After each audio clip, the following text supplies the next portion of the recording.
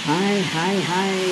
Berjumpa lagi kita dengan portal berita Jagat Raya News, berita ekonomi seantero dunia. Berita yang berinformatif dan sensasional yang dikutip dari berbagai portal berita antarabangsa dan juga nasional. Khas untuk Anda.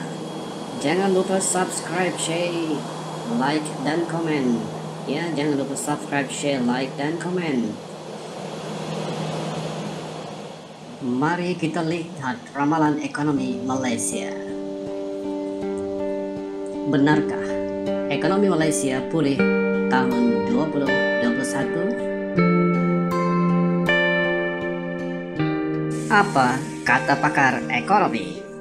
Dipetik dari berita harian online. Ahli ekonomi yakin Malaysia kembali kukuh tahun 2021.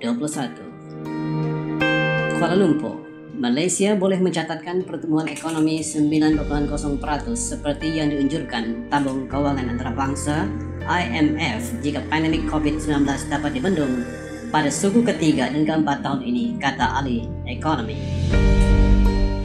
As MIT's corporate seeks to stabilize their business.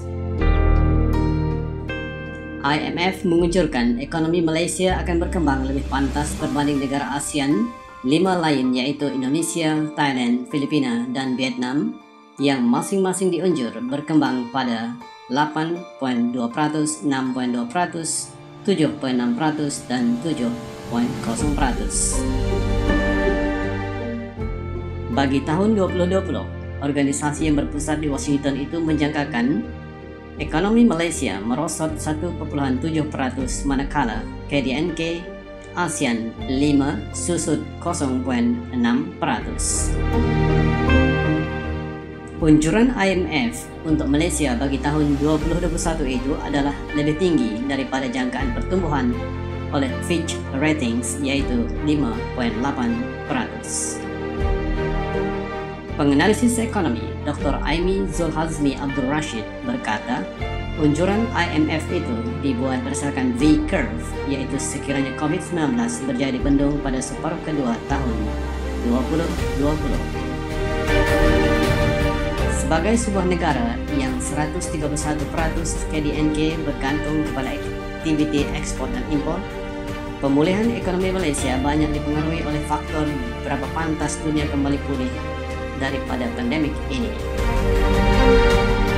9% adalah 2 kali ganda daripada perkembangan tahunan negara antara 4.5 ke 5% pada tahun 2018 dan 2019. Untuk mencapainya, kapasiti ekonomi sedia ada perlu mengejar rentak pertumbuhan pengeluaran sebelum 2019.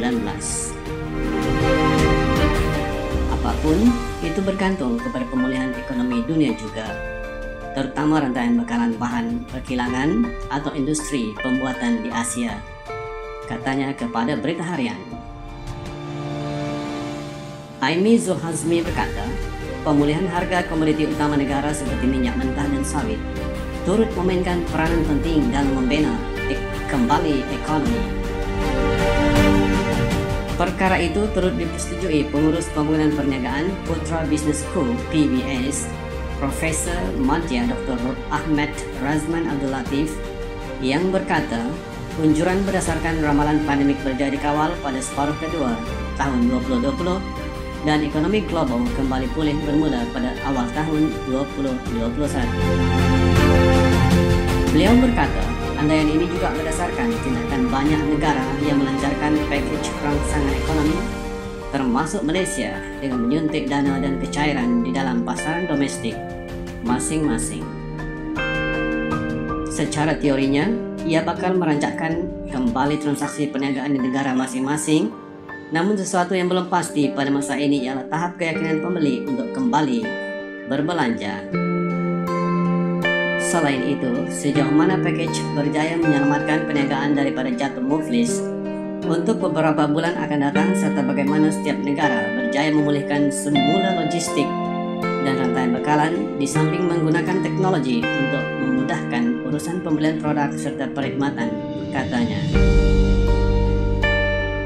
Sementara itu, Ketua Unit Penyelidikan Risiko Ekonomi dan Politik Universiti Utara Malaysia, Profesor Madya Dr. Irwan Shah Zainal Abidin berkata, unjuran itu berdasarkan kepada usaha kerajaan melandaikan lengkuk jangkitan COVID-19.